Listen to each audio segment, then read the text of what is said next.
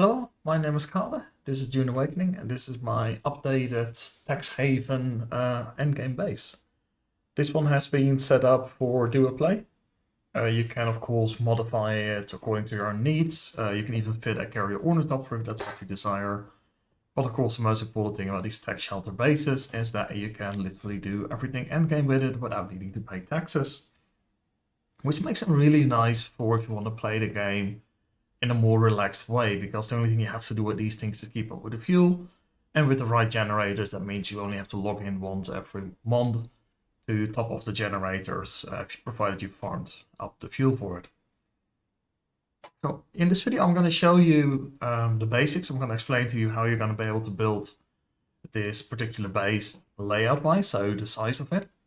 And then I will give you a base tour of how I worked out with the final design of the base.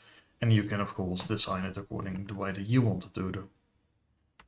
So let's go ahead and take a look at the base. Now, important thing is that we need to make sure that we have a good location that's relatively flat. These kind of bases require us to be able to use as much volume as possible. So we want to be able to get all of our foundations as low as possible as we can get, while still being able to fully access every single bit of that floor space. And on top of that, it's really nice if you can have at least one area that is a very easy ride into the base for buggy access or bikes, whatever you're going to use. So you do need to find yourself a nice little flat area. This area over here in general is really, really good for that. It's a very sandy area, so there's a little bit of undulation in the terrain, but not all that much. Just make sure you build it in a spot that's a little bit away from NPC, so you can go to over here, and one of the prime spots would really be over here, because when you arrive from the north end, from the overland map, you will spawn in right over here, so you can go easily straight to the base. That's the old remnants of my duo partner's base, and there you can see actually my old tax haven base. That one I will destroy shortly because it's just no longer required. So this is a really nice location. So once you have a good location that's flat, how are you going to do it? Well, first of course, we're going to need to build a sub-thief console. Now, I cannot build anymore because I've maxed out on them, but you're going to be building one of those. Everybody knows how that part works. Then you're going to grab your foundation, and you're going to go ahead and get it up as high as you can. Now with your mouse wheel, you're going to go 1, 2, 3 clicks down. This will generally work for most locations. You may find that you need to tweak it so that you go up or down 1 or 2 more clicks, but 3 clicks down from the max works fairly well overall. Now this you want to put somewhere roughly center in where you want to build. So you're going to take a look at the area, you're going to be okay, I'm going to want to build it here, you're going to build it here. Then you build 2 more foundations on top. You destroy your sub-thief console, you build a new sub-thief console on top of these foundations, then you move that sub-thief console down onto the ground, and now you have your area of terrain with enough vertical space. So once we have that, we need of course to build our horizontal items. Looking there, so your next foundation, you're going to try and place that as close, like pixel perfect, in the corner of your sub-thief over here, whilst also making sure that it is going to be as low as the game will allow you to build it. So a good way to do this is if you have it slightly here, and it will tell you, like for example here, it's too low. I can move it up to here, and because I'm going up the terrain, it actually is going to slide very slightly upwards until it hits there. You want to try to get it as low as possible. Now there's a little bit more flexibility in the vertical space, so you have to worry a little bit less about it. There's almost no play in the horizontal space. So the fact that it needs to be in this corner here is absolutely critical. The vertical space, you can go up a click and you still will be fine. Now how you can test that is once you have it in here, we need to make sure that our horizontal space is good. And the way we check that is we have our first square foundation, we'll add 4 more, and then we're going to be adding a triangle foundation over here. Next to the triangle foundation, we will be placing a triangle floor piece. If this fits, then we know that this horizontal angle is good. And we're going to do, of course, the same with this horizontal angle. So then over here, we also have built an additional 4 square foundations. From there into this direction, triangle foundation, triangle floor. If this fits, you're good on the horizontal space. To check the vertical space, what you want to do is build the walls. You're going to go up 6 walls and a half and see if you can put one of those decorative guardrail pieces on top of there. If that's what you can do, you're good. You have the maximum available volume for your basic sub-deep base. So once you have that done, the next thing you're going to be doing is decide where in your 5x5 square foundation cube, in which corner you want to have your large spice refinery. Now this is important because these bases are built around the large spice refinery. It has to be actually physically built in order for you to be able to build around it on one of its sides, either the left or right hand side, depending on the corner you place it in. Because if you just place the hologram of it, you will not be able to build things like stairs and floors on the side of the large spice refinery. So that's very important. So pick a corner, be like, okay, it's going to be placed like this. If you have it like this, you will build 2 walls here and 3 walls in the back, and you will build those up all the way to the top. So you can just go ahead, 6 walls plus a half wall, 6 walls plus a half wall, all the way to the top, and you build your large spice refinery as close into that corner as you can manage to place it. Then you build it, and then you're going to test it by placing a stairpiece here, for example, and a floor over here. If that works, you're good. Now you can build the rest of the base. How you're going to build the rest of the base, of course, is going to depend entirely on what you want to have. It's going to be your base, the way that you play the game. But once you have that, you have these starting blocks to build a text shelter base. So with that all set, let's go ahead and take a look on how I laid out this dual base. We'll go exterior first here. So you can see we have a whole bunch of water storage on the side here. Now, once you place this, be careful with it, because these things are not designed to stand outside, and we cannot build any walls here. Anything out here will tell you it's going to be outside of bounds, so it will not allow you to put a wall here. So we cannot cover these up with walls, which means they're exposed to the elements.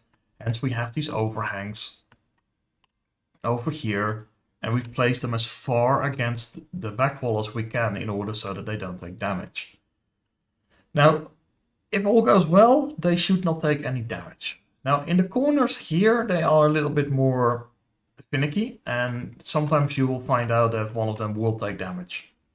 I also had one that took damage here. I moved it somewhere else, and it kept taking damage. I don't know, it may be bugged, but keep an eye on it. If you find any of them that take damage, I would recommend destroying them and rebuilding them, and trying to replace them somewhere else. Because that one I replaced because it kept taking damage, even though there's really no reason for it to be taking damage over there. As far as I'm aware, but it may continue to take damage. If that's going to be the case, it will just have to be removed. So be it. So keep a very close eye on all of these storage containers. If you're going to build any of them on the outside, they will be vulnerable to damage potentially. Now, wind traps, of course, will not be vulnerable to damage. They're designed to be outside, as are wind turbines. And also, funnily enough, anything furniture or decoration, it's completely fine being outside. It will not take any damage. Now, you can see I have used 3 of the standard wind traps. So not the large ones, because the large ones with our design won't fit. And the primary purpose of these is really just to fill up water that you use for drinking and stuff like that. If you're going to be doing into production, we have that stills. And we got a total of 13 of these directional wind turbines on top. These will be able to power the entirety of the base. So we can power on everything in the base, and these turbines will cover all of our power needs. Now, for most of the time, because you don't need it, most of the things are refinery-wise, I've got them all turned down. I do keep my production fabricators and stuff like that. I'll keep those online, as well as these wind traps. So I've got 4 directional turbines operational at all times. So that's gonna cost me 2,000 fuel a month, which really is nothing. We have like 6-7 months worth of fuel in base, and we can make even more. So yeah, that's gonna be the outside. If we go inside, we're gonna go, of course, go with the traditional, our advanced vehicle fabricator is our parking place. So we have a buggy over here, partner parked their bike over here. And then we have the large spice refinery, and we're just gonna have storage and decorations everywhere because I do like to decorate the base. It makes them feel lived in. We have a whole bunch of storage here. We're going to be using a lot of these medium storage containers because we need that volumetric and slot space. Because we're just running into the maximum amount of storage containers we can place. This base is currently at a maximum of 75.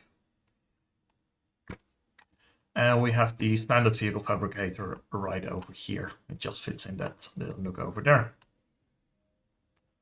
We go up, we have some more storage. And we have our fabrication corner. So you can see I keep all of them are completely active. Allows us to fabricate anything and everything. And then up here, a little bit hidden away, a box for all of the bodies, and of course a bunch of advanced dead stills. This is what you're going to use for your bulk water production. So if you're going to be doing farming runs and you're going to be refining items, this is how you're going to be topping off your water. And you just have a box full ready to go at any given time. Then over here we have the medium ore, of the large ore and the medium chem refinery. Now I put these above the garage area because we need 1.5 walls height for the garage area. And the large ore refinery also needs 1.5 walls. So by stacking them on top of each other, we're coming back down to the full normal wall height, which makes it easier to lay out the rest of the base. Again, alternatively, if you're like, I don't really mind that, it's 6.5 walls high, I'm just gonna make the bottom floor 1.5 high everywhere, and I keep my large ore refinery downstairs. That is also entirely a viable solution. It's one of those cases of like, do whatever you feel is right. Up here we have a hangar for two of the scouts. Yes, you can keep them stored in your tool, but it's also just nice to have them in a hangar space. Allows you to change out modules very quickly while you're still being in the sheltered space. Alternatively, you could also fit a assault ornithopter in here without any issue. Then we have a habitation area. So this is like a common area. We have the balcony. We also got like separate sort of seating areas for different purposes, ideas behind them. Over here, and then we have the private rooms, so one for each of us. Here is mine, and the one from my duo partner is still a little bit under construction, so work has to be done. Up here we have more storage in here, so this is above that small hangar space. Bunch more storage boxes, also some of the smaller ones.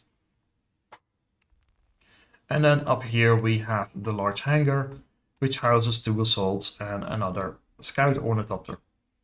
If you wanted to, you could park the assaults a little bit more to the back and the scout as well. And you could even fit in as much as another 2 scouts over here. If you would squeeze it, you probably have to move these boxes somewhere else. But if you really, really wanted to, it would fit. Alternatively, I think you have to drop it by half a floor height in order to fit a carrier in here, and then you would have to make sure that these 4 walls here also become a pentashield. The reason these are pentashields is not because you have to, but just because it makes it a little bit more comfortable flying in and out of the hangar space. And it breaks up at least this side of the wall of the base, because it is very much slab-sided. Because it is impossible to put any form of decoration on the walls here on the outside, because it is so close to the edge of that sub-T build area. So you cannot decorate them, the only thing you can do is use different wall pieces as you desire. So yeah, that is the new version of the tax shelter subtief base, so the basic subtief, full endgame base. It will allow you to do anything and everything that is doable in the game without really being hindered in any form at all. So I think that's a really nice thing to have, especially if you don't play the game very actively, as most people don't seem to be doing, as the game as well, let's be honest, kind of dying. Not very surprisingly so either. But yeah, if you still want to play or you're waiting for the next story bit and you want to keep a base in operation, this is generally what I would recommend that you do, because it does allow you to still have everything at its maximum efficiency without having to deal with logging in every 2 weeks to pay your taxes. Yes, it's not a huge deal, but it's just an annoyance. And if you don't have to deal with annoyances, that's always great to have. Anyhow, I hope you found it informative, and thank you so much, of course, for watching. Until next time, I'm Inkalde, and goodbye.